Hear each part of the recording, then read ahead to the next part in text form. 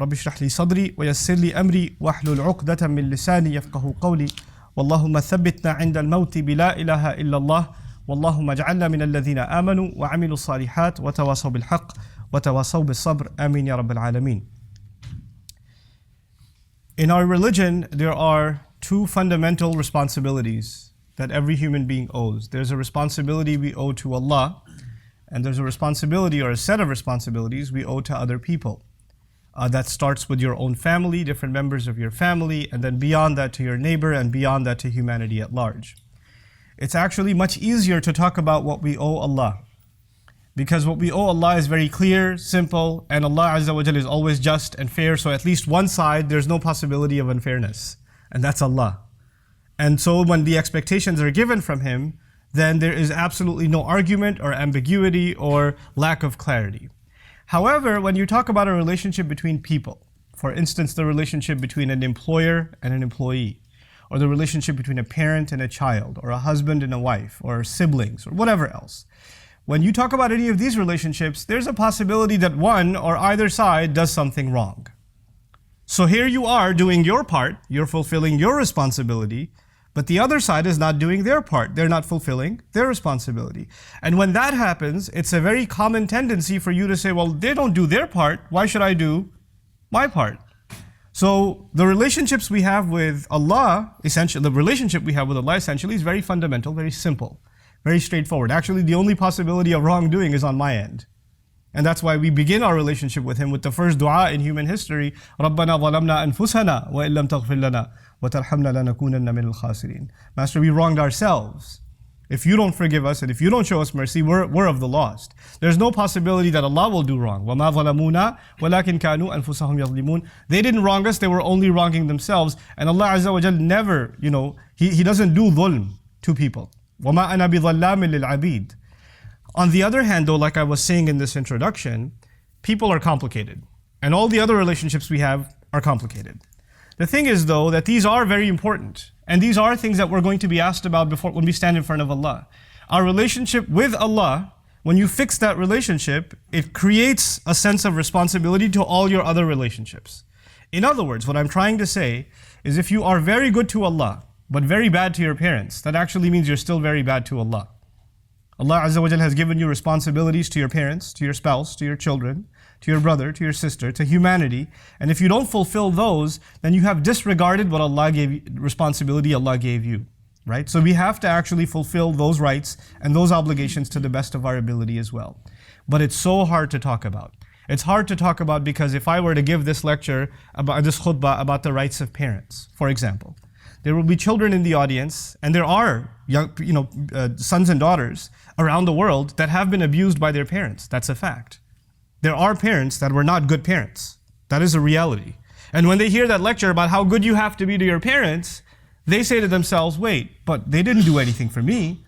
What did they do? They actually even abused me. There are parents that are physically abusive, emotionally abusive. There are parents that are spiritually abusive. There are all kinds of abuse that happens. And why did they get a blank check? And so when someone listens to one side, then they get upset, how come you didn't present the other side? Similarly, if I was to give the lecture today, the khutbah today about the rights of the husband, then a lot of wives would be upset. What about our side? Why should I give him all these rights? What has he done? And if I were to do this for the men and say, well, these are the responsibilities that we have towards the women, then the men will be upset. Well, yeah, okay, fine, I have all these responsibilities, but she messes up all the time and you don't say anything about that. What are we supposed to do? So you know what happens in discussing any of these rights and responsibilities, there's always a chip on our shoulder. There's always this defense mechanism. Wait, are you going to balance this equation or what?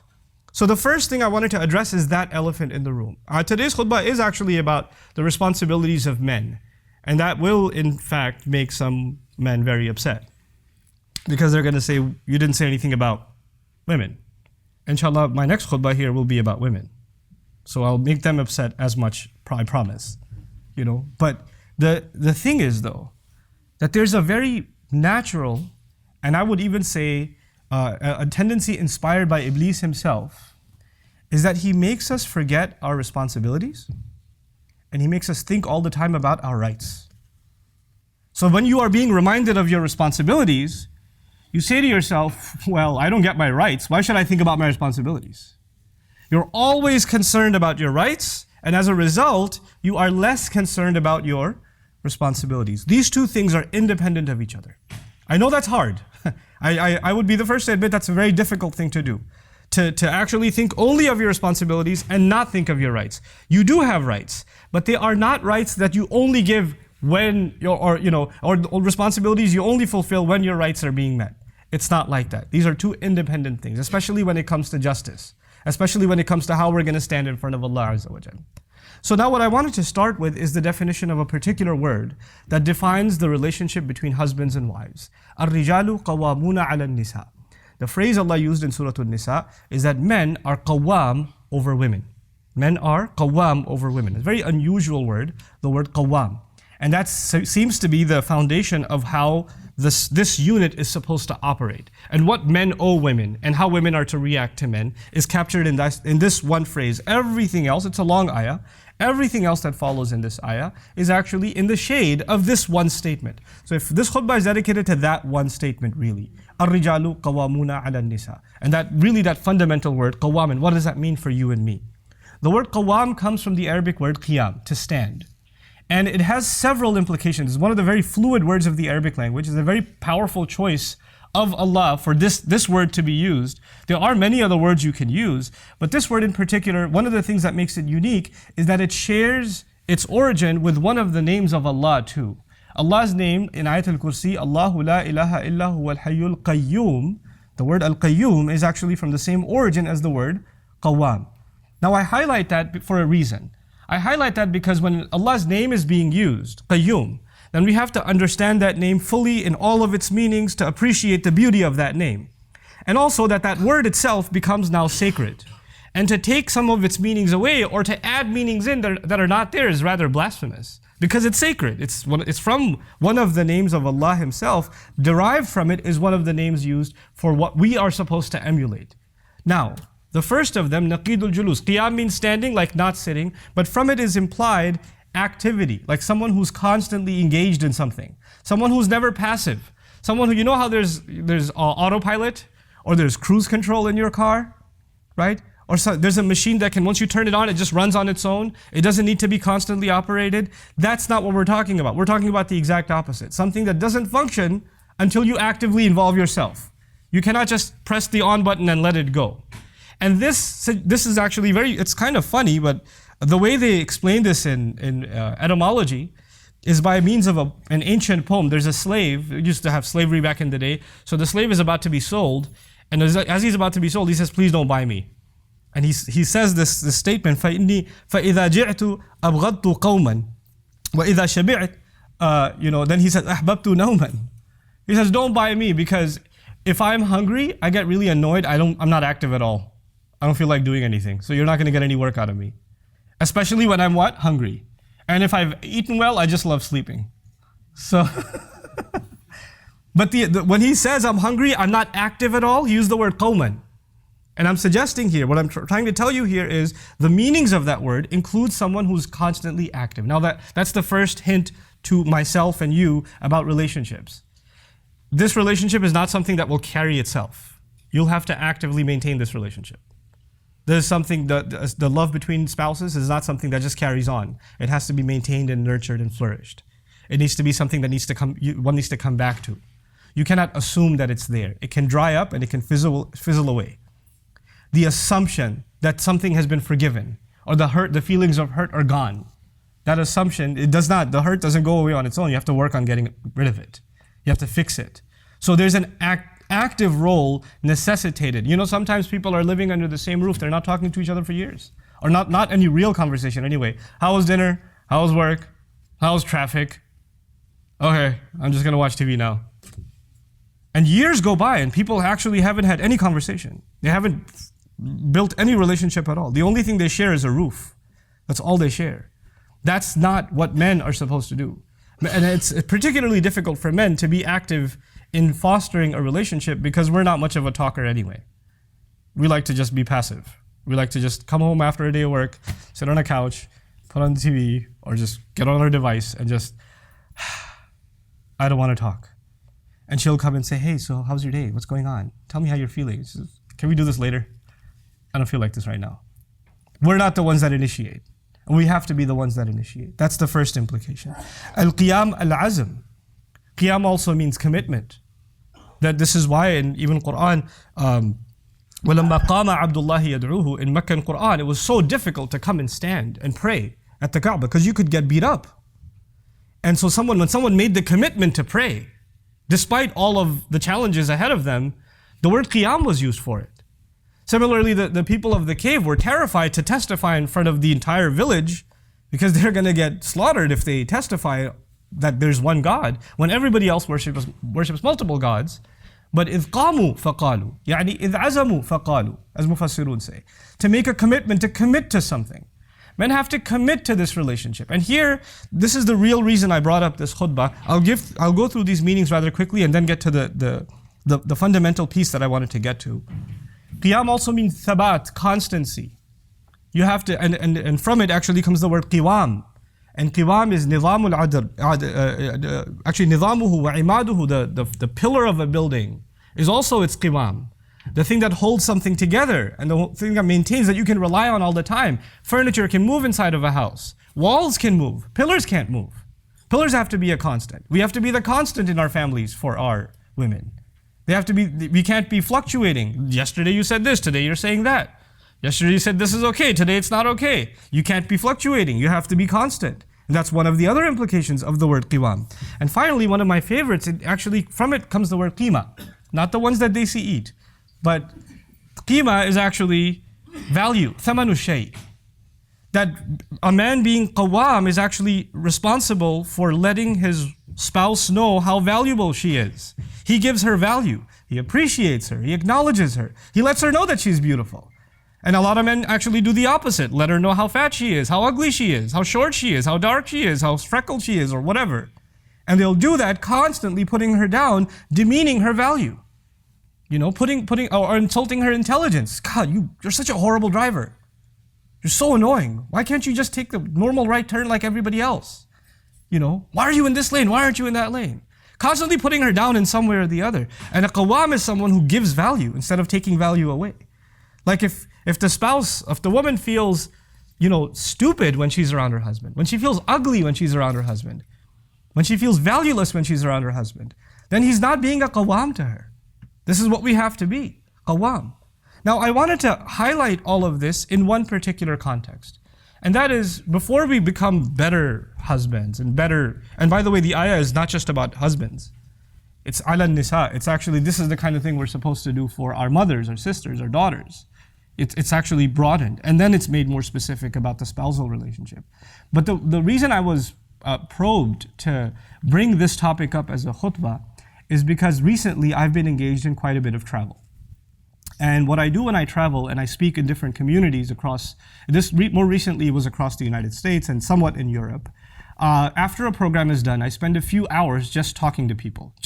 People just come up to me and they ask me all kinds of questions or share concerns. And overwhelmingly, the women that came and spoke with me about how their husbands they're good husbands, but they allow her in-laws to be abusive.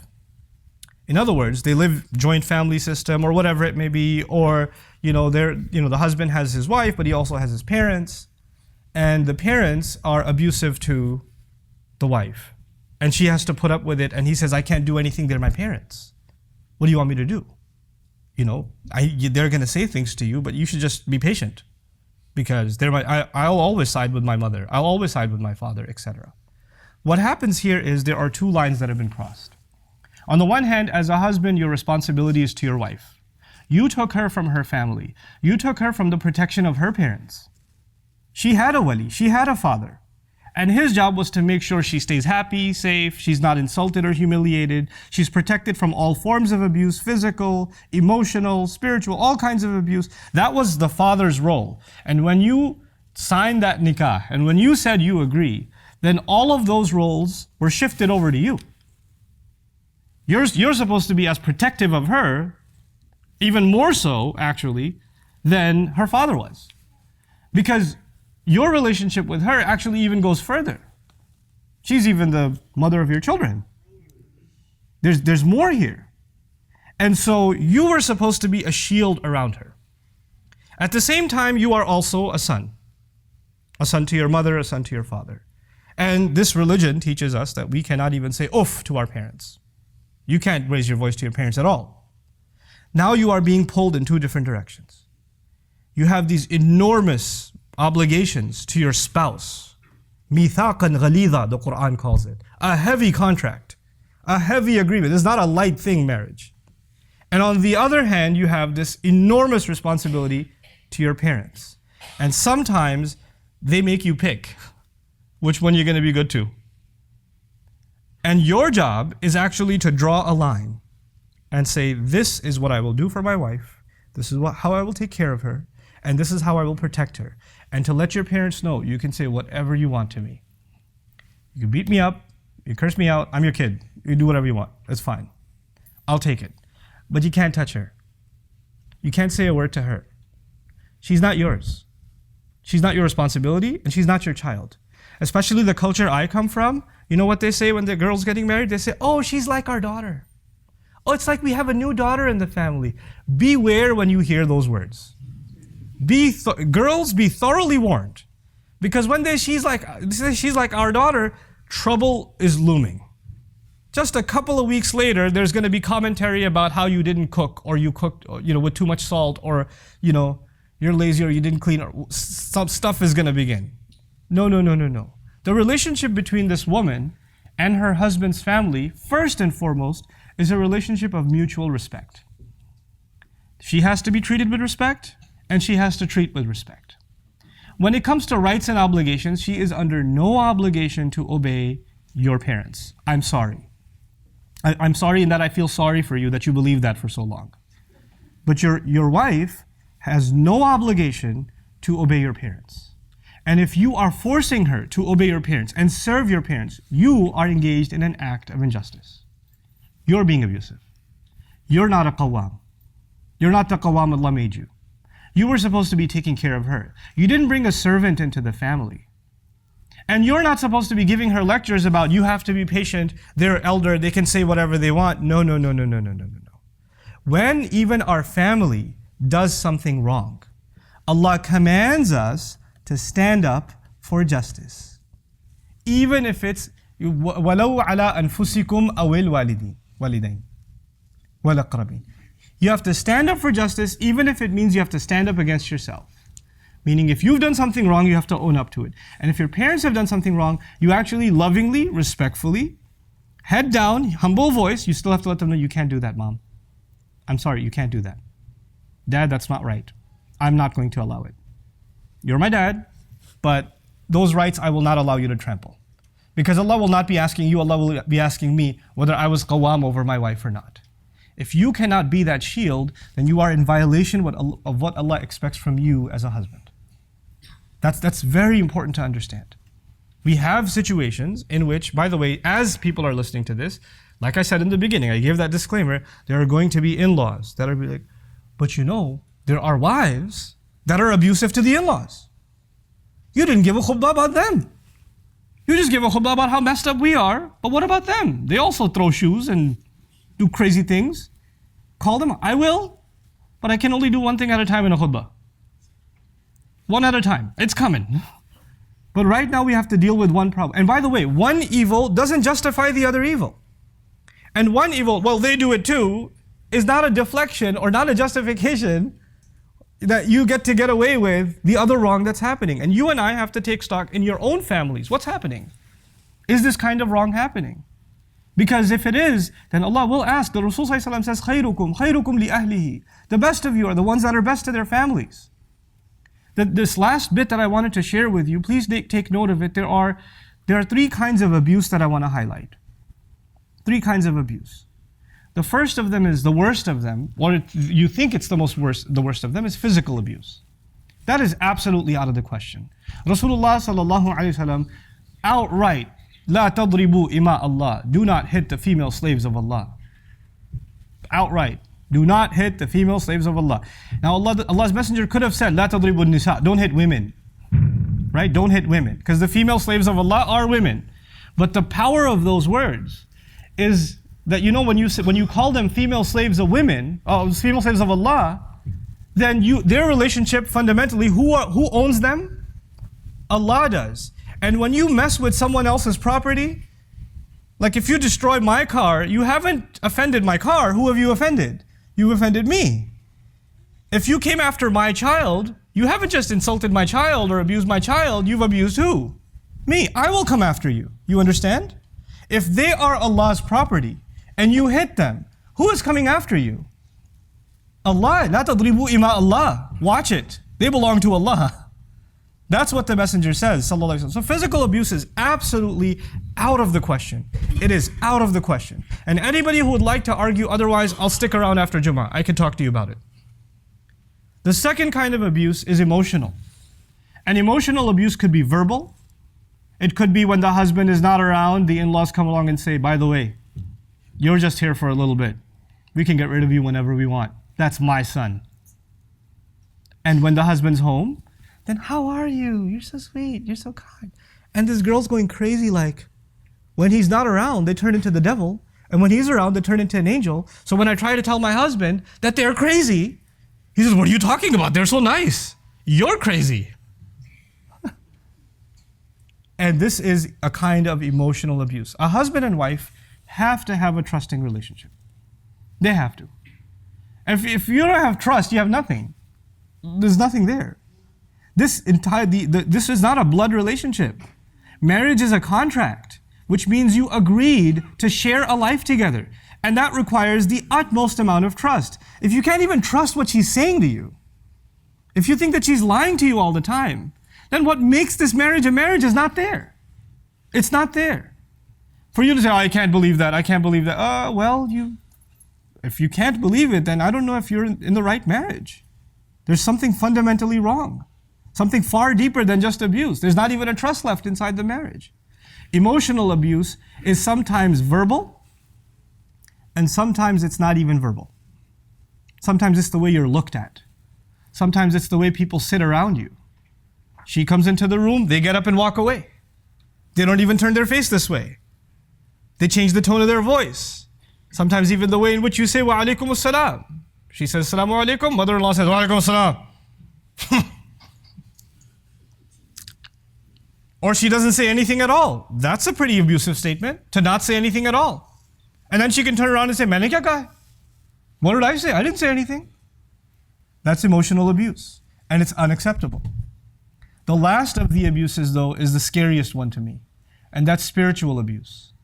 When the wrong is done, and then the religion is quoted. Allah says you have to be good to parents. This is what Islam teaches you. And they'll do the wrong, and then they'll invoke Allah and His book and His Messenger sallallahu alaihi wasallam, who are completely innocent of this nonsense. And then that's the religious or spiritual kind of blackmail and abuse that goes on in families. This needs to come to an end in your family. I'm only talking to the men right now. I'm not upset with parents. I'm not upset with anybody else. I'm not even upset with you, but I'm just giving you and myself a reality check. Look, our parents are not evil. They're not. They were brought up in a certain culture. They were brought up in a certain environment. They have certain norms that they've come to become used to. And some of those things are not right, but they don't realize that. They just do what they think in their mind is right. They're not. Nobody's purposely evil. They're not, even though some women believe that about their in-laws. Nobody's intentionally evil. Everybody just thinks from a very different point of view. You, however, are in the middle. You're in the middle of two worlds that are pulling at you. And you're going to have to you're going to have to be the voice of reason and justice. And you know what that means? Sometimes you're going to have to take the side of your parents. And sometimes you're going to have to take the side of your wife. Because nobody's always right.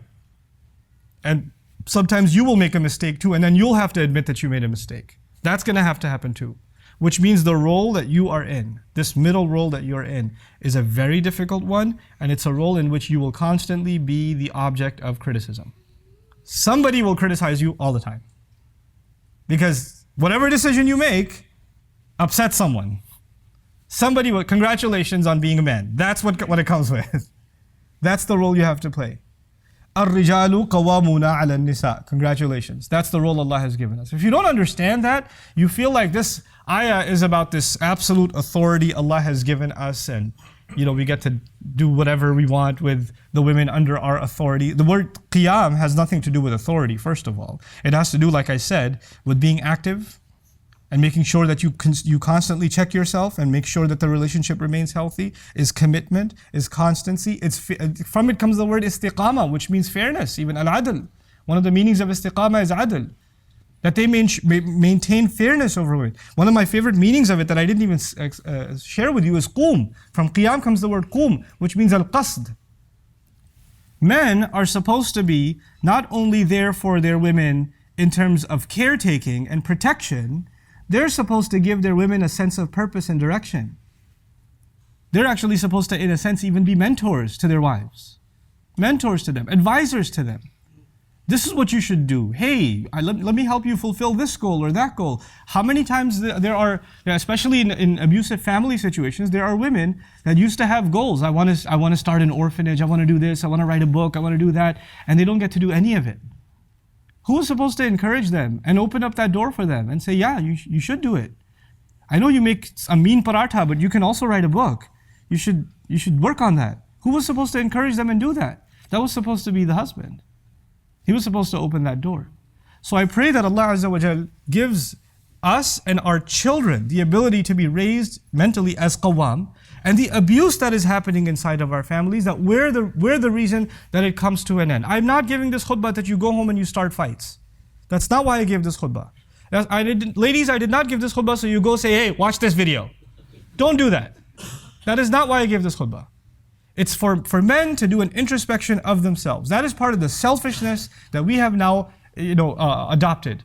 Everybody hears a khutbah or a lecture or a talk and they think, well, this will be really good for my rights. Everybody should be thinking this will be good for my responsibilities. Don't become selfish in this religion. This religion is about you serving Allah first and foremost. So we just take stock of ourselves. And when you do go back and try to implement some of these things, even implement them with mercy. Even if your parents are doing wrong and you're correcting them, you're not a police officer and you're not a judge. You're a son still. Even if you're going to correct them, you're going to correct them with love and mercy and care. You're going to be tactful and careful about it. And so may Allah Azza wa Jal give us that delicacy so that we can really truly fulfill the words of the Prophet sallallahu alaihi wasallam, خَيْرُكُمْ خَيْرُكُمْ لِأَهْلِهِ وَأَنَا خَيْرٌ مِنْكُمْ لِأَهْلِي. The best of you are the best to their families. And he didn't say the best of you are the best to good families. Even if you have a messed up family, you still have to do your best. Right? And I'm the best of you to my family. May Allah Azza wa Jal make us better and better families and make us do right by our families. Barakallahu li wa lakum fil Qur'an al-Hakim wa nafa'ani wa iyyakum bil ayat wa dhikr al-Hakim. Assalamu alaikum wa rahmatullahi wa barakatuh. الحمد لله وكفى والصلاة والسلام على عباده الذين اصطفى خصوصا على أفضلهم وخاتم النبيين محمد الأمين وعلى آله وصحبه أجمعين. قال الله عز وجل في كتابه الكريم بعد أن أقول أعوذ بالله من الشيطان الرجيم إن الله وملائكته يصلون على النبي يا أيها الذين آمنوا صلوا عليه وسلموا تسليما اللهم صل على محمد وعلى آل محمد كما صليت على إبراهيم وعلى آل إبراهيم في العالمين إنك حميد مجيد اللهم بارك على محمد وعلى آل محمد كما باركت على إبراهيم وعلى آل إبراهيم في العالمين إنك حميد مجيد. عباد الله رحمكم الله اتقوا الله إن الله يأمر بالعدل والإحسان وإيتاء ذي القربى وينهى عن الفحشاء والمنكر ولذكر الله أكبر والله يعلم ما تصنعون. أقم الصلاة إن الصلاة كانت على المؤمنين كتابا موقوتا.